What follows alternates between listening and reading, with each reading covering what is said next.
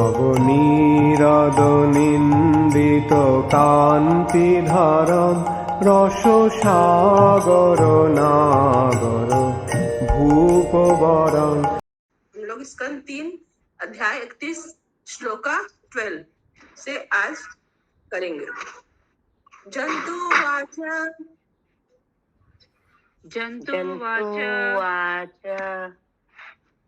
तस्य उपसन्नम उपजीवी, दूसरा ट्यून होगा सर। तस्य उपसन्नम उपवितं जगत इच्छात्य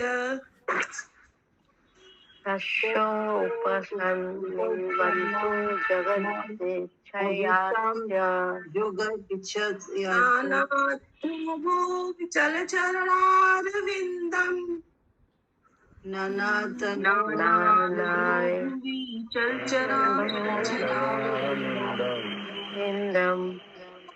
सोऽहं वज्रामि शरणं हि कुतो भयं मे।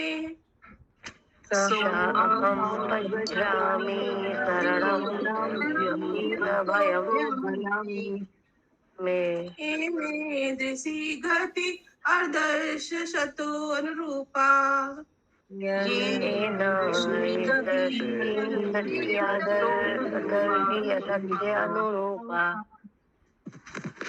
जीव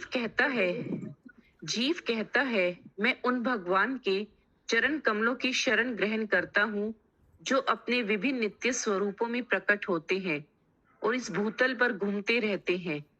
मैं उन्हीं की शरण ग्रहण करता हूँ क्योंकि वे ही मुझे निर्भय कर सकते हैं और उन्हीं से मुझे यह जीवन अवस्था प्राप्त हुई है जो मेरे अपवित्र कार्यों के सर्वथा अनुरूप है। तो यहाँ पे अभी तक हम लोगों ने देख रहा था पिछले कि जीव का जन्म कैसे कैसे होता है, कि 7 महीने में चेतना आती है, 7 आवरणों से बंधा होता है और भगवान से प्रार्थना करता है हाथ जोड़ के। तो यहाँ पर वही प्रार्थना वो जीव कर रहा है कि मैं भगवान के चरण कमलों की शरण ग्रहण करता हूँ और क्योंकि वे ही मुझे निर्भय कर सकते हैं, उन्हीं से मुझे यह जीवन अवस्था प्राप्त हुई है जो कि मेरे जो अपवित्र कार्य है उसके सर्वथा अनुरूप है। ठीक है, ये समझ में आया था सबको? हरे कृष्णा माता जी, कौन सा श्लोक चल रहा है माता जी? 31 अध्याय का श्लोका 12। स्कंद कौन सा है? 3, स्कंद 3। अच्छा, बड़ी माता जी पढ़। चल चरारण विंदम शब्द भगवान का सूचक है जो पृथ्वी पर चलते या भ्रमण करते हैं। उदाहरणार्थ भगवान रामचंद्र पृथ्वी पर चले और भगवान कृष्ण भी सामान्य मनुष्यों की भांति घूमते फिरते थे। अतः यह प्रार्थना उन भगवान से की जाती है जो इस पृथ्वी पर या ब्रह्मांड के किसी भी भाग पर साधुओं की रक्षा करने तथा असाधुओं को नष्ट करने के लिए अवतरित होते हैं। भगवत गीता में इसकी पुष्टि हुई है कि जब जब धर्म का ह्रास होता है और अधर्म की वृद्धि होती है तो भगवान सत्पुरुषों की रक्षा करने और साधुओं को मारने के लिए अवतरित होते हैं। इस श्लोक से भगवान कृष्ण का संकेत मिलता है। कौन सा श्लोक है सरिता माता जी बताइए? सुचारू गोपी माता जी, क्या माता जी? ये कौन सा श्लोक है? भगवत गीता में इसकी पुष्टि हुई है जो जब धर्म का ह्रास होता है और अधर्म की वृद्धि। कौन सा श्लोक है? वो धर्म संस्था।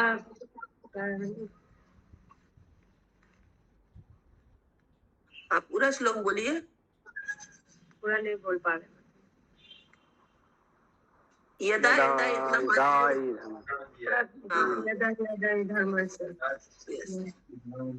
ठीक है, आगे पढ़िए माता जी। ये वाला श्लोक नहीं होगा क्या? परित्राणाय साधु नाम विनाशाय च दुष्कृताम। नहीं, वो नहीं होगा क्योंकि यहाँ पे कह रहा है कि दुष्टों का मारने हेतु अवतरित होते हैं।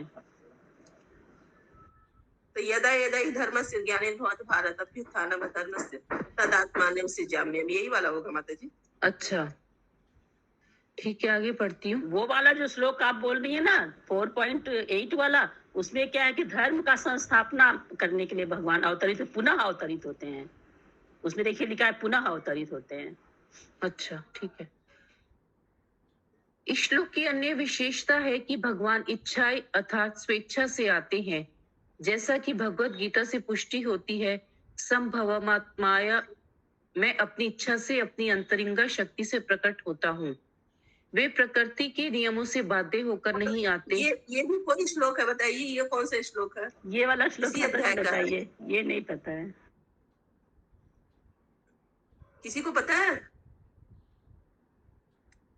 इसी अध्याय का है, 4 अध्याय का ही श्लोक है। किसी को नहीं पता है? जो अब संभवात्मा ये वाला श्लोक है ना, पूरा हमको भी याद नहीं आ रहा है। ईश्वरो अब सन प्रकृतम स्वामदिष्ठाय संभवा मात्माया। आत्मना भूतानापि जैसे सन प्रकृतिं स्वामनिष्ठाय संभवाय मात्माया। 4.6 का मतलब। हाँ, 4.6 का। हरे कृष्णा माता जी। ठीक है, पढ़िए माता जी हाँ, बोलिए माता जी। कौन सा श्लोक हरे कृष्णा बोलिए। कौन सा माता जी म्यूट कर लीजिए। बोलिए माता जी। बोला उन्होंने कौन सा नंबर? 4.6। अच्छा, माता जी कौन सा श्लोक है ये 4.6 का है माता जी। नहीं, ये कौन सा है? कल कौन सा रहा श्लोक है? 31 अध्याय 31 का श्लोक नंबर 12। थैंक यू माता जी। पढ़िए माता जी आगे। वे प्रकृति के नियमों से बाध्य होकर नहीं आते। यहाँ पर इच्छाया कहा गया है। वे कोई स्वरूप धारण नहीं करते जैसा कि निर्विशेषवादी सोचते हैं, क्योंकि वे स्वेच्छा से आते हैं। अतः वे जिस रूप में अवतरित होते हैं वह सनातन रूप है। जिस तरह परमेश्वर जीव को भयावह स्थिति में डालता है, उसी तरह वह उसका उद्धार भी करता है। अतः मनुष्य को चाहिए कि कृष्ण के चरण कमलों की ही शरण में जाए। कृष्ण चाहते हैं प्रत्येक वस्तु को त्यागो और मेरी शरण में आओ। भगवत गीता में यह भी कहा गया है कि जो उनके पास चला आता है वह इस संसार में पुनः शरीर धारण नहीं करने नहीं आता, अपितु भगवान के धाम जाता है जहां से फिर कभी नहीं लौटता। हरे कृष्ण। हरे कृष्णा। तो इसमें किसी का क्वेश्चन है? तात्पर्य जी था ये। किसी को कोई क्वेश्चन है तो पूछ सकता है।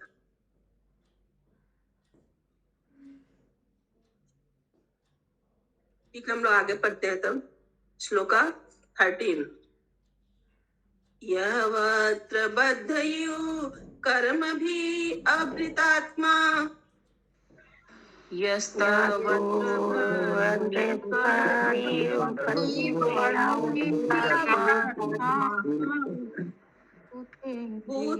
भूतेन्द्रियाशयम् ये अवलम्ब्य मायाम्।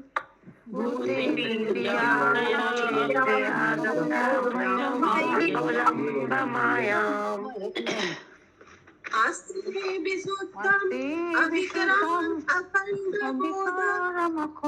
बोध।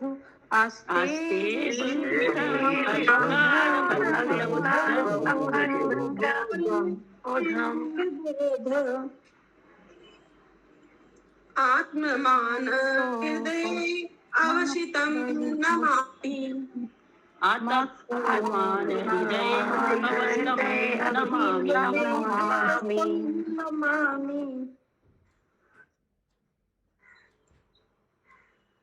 पढ़िए माता जी। सॉरी। मैं विशुद्ध आत्मा अपने कर्म के द्वारा बंधा हुआ माया की व्यवस्थावश इस समय अपनी माता के गर्भ में पड़ा हुआ हूँ। मैं उन भगवान को नमस्कार करता हूँ जो यहाँ मेरे साथ हैं, किंतु जो अप्रभावित हैं और अपरिवर्तनशील हैं। वे असीम हैं किंतु संतप्त हृदय में देखे जाते हैं। मैं उन्हें सादर नमस्कार करता हूँ। तो यहाँ पर देखिए विशुद्ध आत्मा के बारे में बात किया जा रहा है। आत्मा जो है शुद्ध से भी अच्छा है, विशुद्ध है। तो वो बोल रहा है कि माया की व्यवस्था, माया के द्वारा मैं अपनी माता के गर्भ में हूँ। और वहां पर वो भगवान को नमस्कार कर रहा है। कौन से भगवान को? जो अप्रभावित हैं और अपरिवर्तनशील हैं, वे असीम हैं, किंतु संतप्त हृदय में देखे जाते हैं। जो दुखी हैं उनके हृदय में भगवान देखे जाते हैं। आगे तात्पर्य पढ़िए। सुषमा शाह माता जी हैंड रेज किए शायद। माता जी आंसर दे दी, संतप्त का मतलब पूछ रहे थे। अच्छा ठीक है। पिछले श्लोक में आया है कि जीवात्मा कहता है मैं परमेश्वर की शरण ग्रहण करता हूँ। फलतः स्वाभाविक रूप से जीवात्मा परमात्मा का आश्रित सेवक है। परमात्मा तथा जीवात्मा एक ही शरीर में बैठे हैं, जैसा कि उपनिषदों का कथन है। वे मित्र के रूप में बैठे हैं, एक तो कष्ट भोग रहा है और दूसरा कष्टों से सर्वथा विलग है। हम लोग जानते ही आत्मा परमात्मा दोनों हृदय में रहते हैं।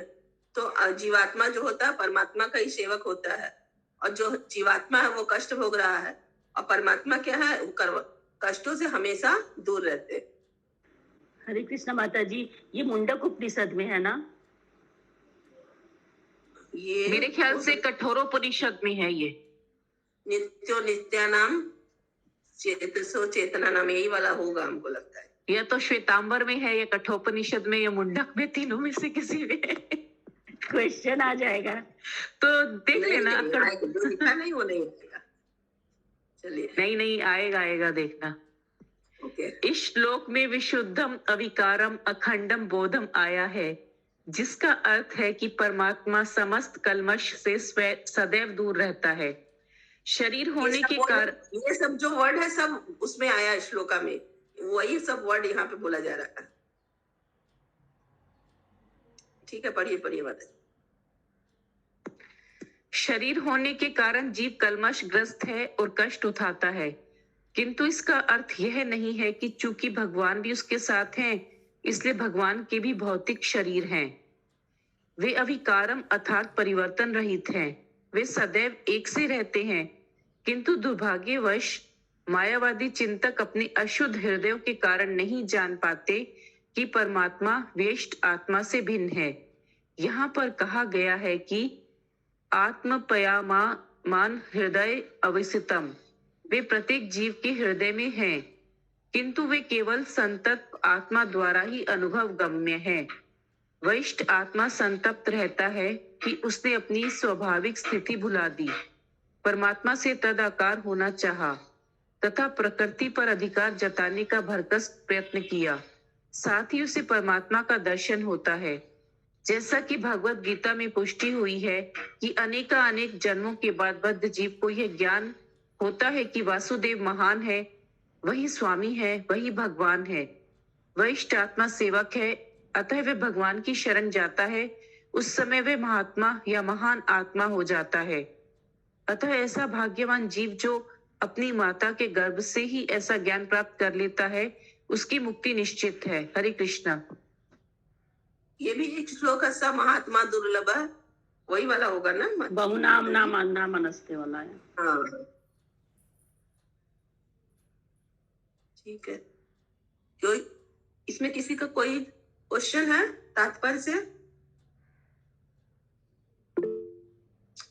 क्योंकि भगवान यहाँ पे बोला गया है ना, ये आप आतप्य माने हृदय अवसितम, प्रत्येक जीव के हृदय में है, किंतु केवल वे संतप्त आत्मा द्वारा ही अनुभवी गम है। मतलब जो दुखी है उसी के द्वारा वो जाने जाते हैं। बेस्ट आत्मा हमेशा संतप्त रहता है। क्यों? क्योंकि उसने अपनी स्वाभाविक स्थिति कि हम भगवान के दास हैं ये भुला दी है, और परमात्मा से ही चाहता है कि हम तदाकार हो जाए, इसलिए वो हमेशा संतप्त रहता है। ठीक है, श्लोका 14। यह पंचभूत रचित रहित शरीरे, यह पंचभूत रहित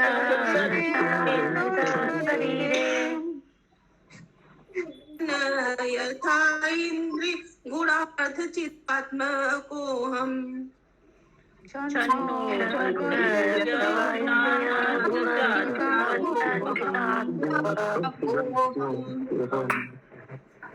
वो आपको अंदर तेना मिलेगा। विकुंडा मॉडल सब लोग यहाँ अलग अलग जगह पर देख के बना होगा।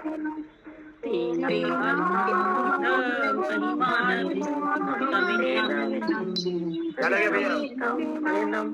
वंदे प्रति पुरुषो यो पुमांसम वंदे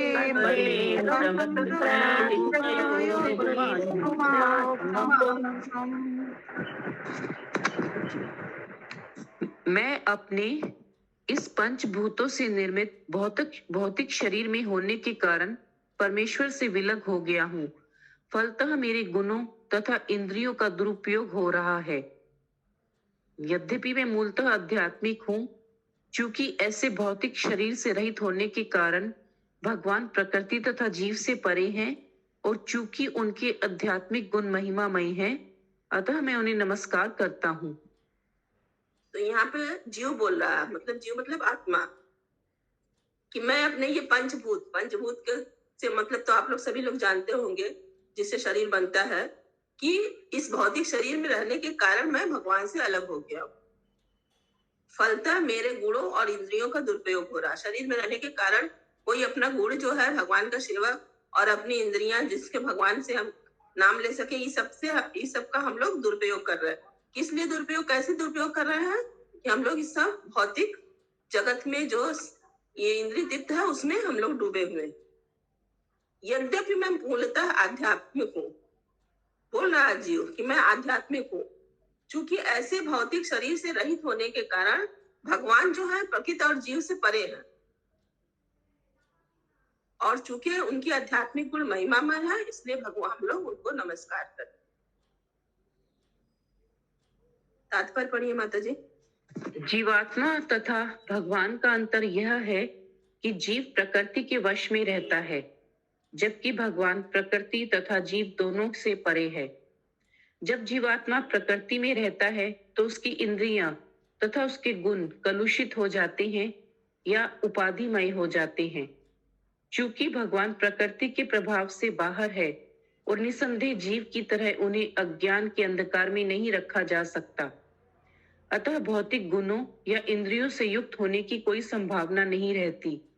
अपने पूर्ण ज्ञान के कारण उन पर प्रकृति का वश नहीं चलता, उल्टे प्रकृति सदा ही उनके वश में रहती है। अतः प्रकृति के वश की बात नहीं कि वह भगवान को अपने वश में रख सके। ठीक है, इस पैरा में किसी का कोई क्वेश्चन है? जो चीज अनुवाद में है वही यहाँ भी लिखा हुआ है। हरे कृष्ण माता जी, हरे कृष्ण। बोलिए। जो ये वाला लाइन है, जब जीव आत्मा को भौतिक प्रकृति में रखा जाता है तो उसकी इंद्रियां तथा उसके गुण कलुषित हो जाते हैं या उपाधिमय हो जाते हैं। उपाधिमय हो जाते मतलब माता जी, मतलब सभी लोग बोलते हैं ना, हम डॉक्टर हैं, हम इंजीनियर हैं, या हम भारतवासी, अरे यूरोपियन है, ऑस्ट्रेलियन है, ऐसा उपाधि से माने होते हैं। उनके काम से संबंधित उपाधि ना। हाँ, उनका शरीर। यस, ठीक ठीक। चूंकि जीव का स्वरूप अत्यंत सूक्ष्म है, अतः वह प्रकृति के वश में होता रहता है, किंतु जब वह मिथ्या शरीर से मुक्त होता है तो वह भगवान जैसी ही आध्यात्मिक स्वभाव को प्राप्त करता है।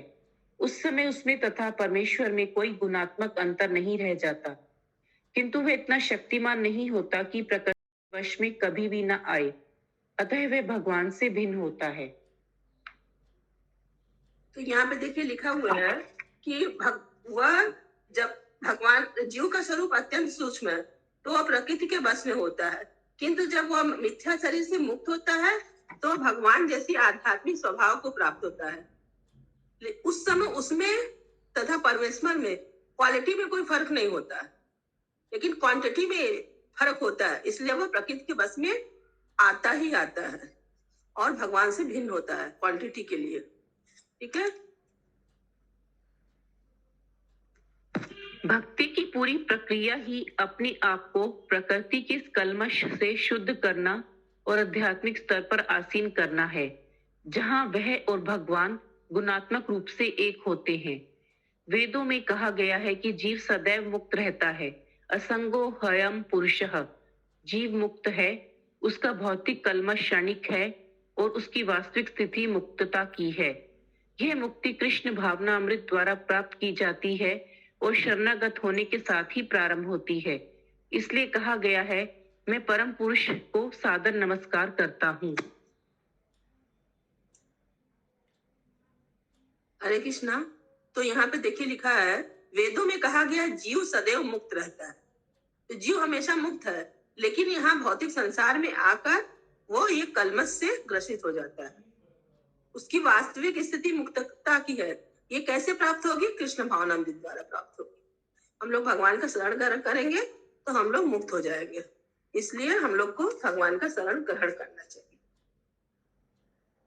किसी का कोई क्वेश्चन है? ठीक है, हम लोग 15 नंबर श्लोका करते हैं, आज का लास्ट श्लोका।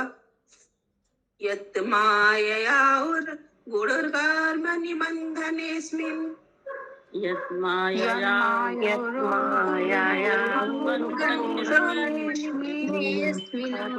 बंधने सांसारिकी सरस्वती श्रमेण संसार की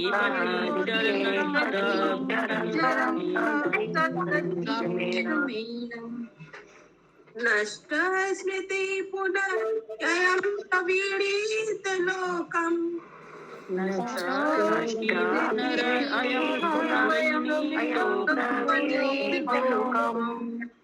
युक्त्या कयामात् अनुग्रहम् अन्तरेण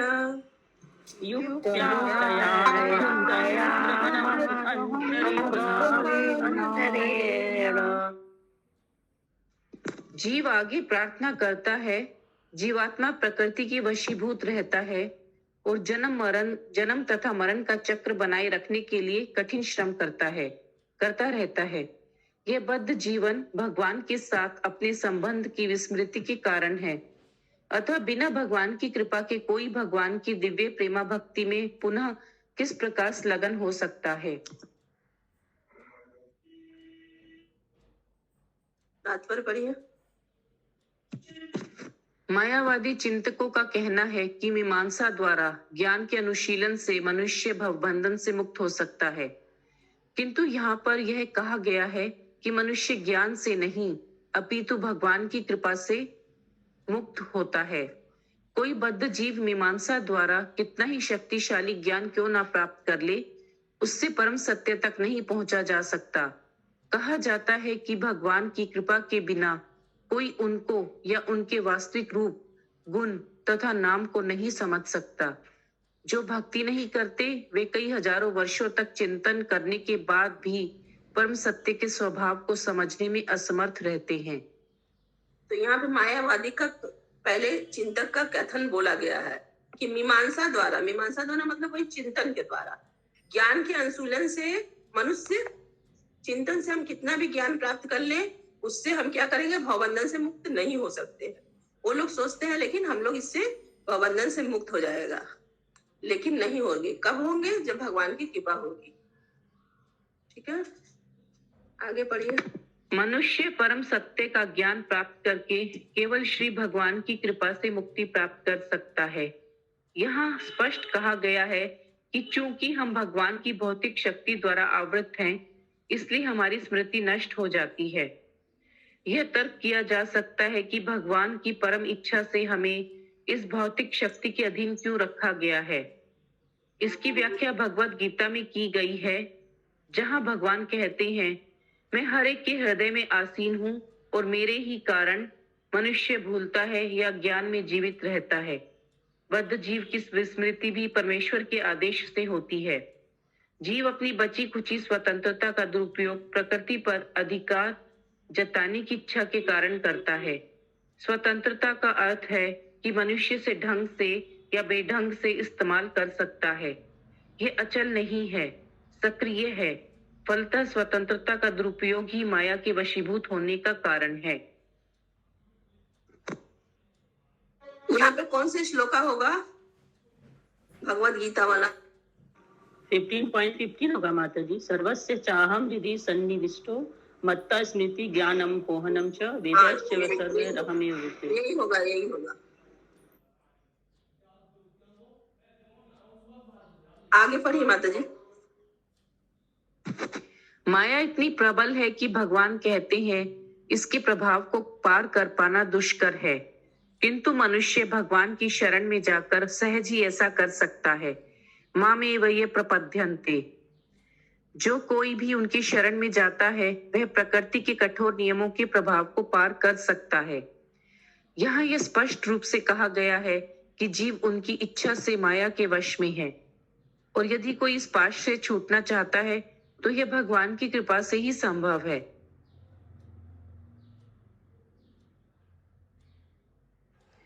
यहाँ पर माया के अधीन बद्ध जीव के कर्मों की व्याख्या की गई है।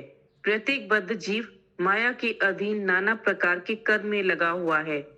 हम इस संसार में देख सकते हैं कि जीव इतनी शक्ति से कर्म करता है कि इंद्रिय तृप्ति के लिए भौतिक जगत की, भौतिक सभ्यता की तथा कथित प्रगति में उसका आश्चर्यजनक योगदान है, किंतु वास्तव में उसको अपना पद जानना चाहिए कि वह परमेश्वर का शाश्वत दास है। जब वह पूर्ण ज्ञान प्राप्त कर लेता है तो वह जान जाता है कि भगवान परम पूज्य है और जीव उनका शाश्वत दास है। बिना इस ज्ञान के वह भौतिक कार्यों में लगा रहता है। यह अज्ञान या अविद्या कहलाती है। हरे कृष्णा। हरे कृष्णा। तो यहाँ पे देखिए लिखा है कि माया के अधीन बद्ध जीव के कर्मों की व्याख्या की गई है। क्या कर्म है कि प्रत्येक बद्ध जीव माया के अधीन ही नाना प्रकार के कर्म में लगा रहता है। वह इस संसार में, हम इस संसार में देख सकते हैं कि जीव इतनी शक्ति से कर्म करता है कि इंद्रिय तृप्ति के लिए भौतिक सभ्यता की तथाकथित प्रगति में उसका आश्चर्यजनक योगदान रहता है। क्या करता है ये? इंद्रिय तृप्ति के लिए ही कार्य करता है, लेकिन उसको क्या अपना पद जानना चाहिए कि वो परमेश्वर का नित्य दास, ये कोई करता नहीं है। और जब ये पूर्ण ज्ञान प्राप्त हो जाएगा तो भगवान परम पूज्य है और जीव उनका शाश्वत दास है, तो इस ज्ञान से वह भौतिक कार्य से अलग हो जाएगा। और जो नहीं जान पाता है वही अज्ञान या अविद्या होता है। तो किसी का कोई क्वेश्चन है? तात्पर्य से इजी ही था तात्पर्य, नहीं तो हम लोग यहीं पर रखते हैं आज।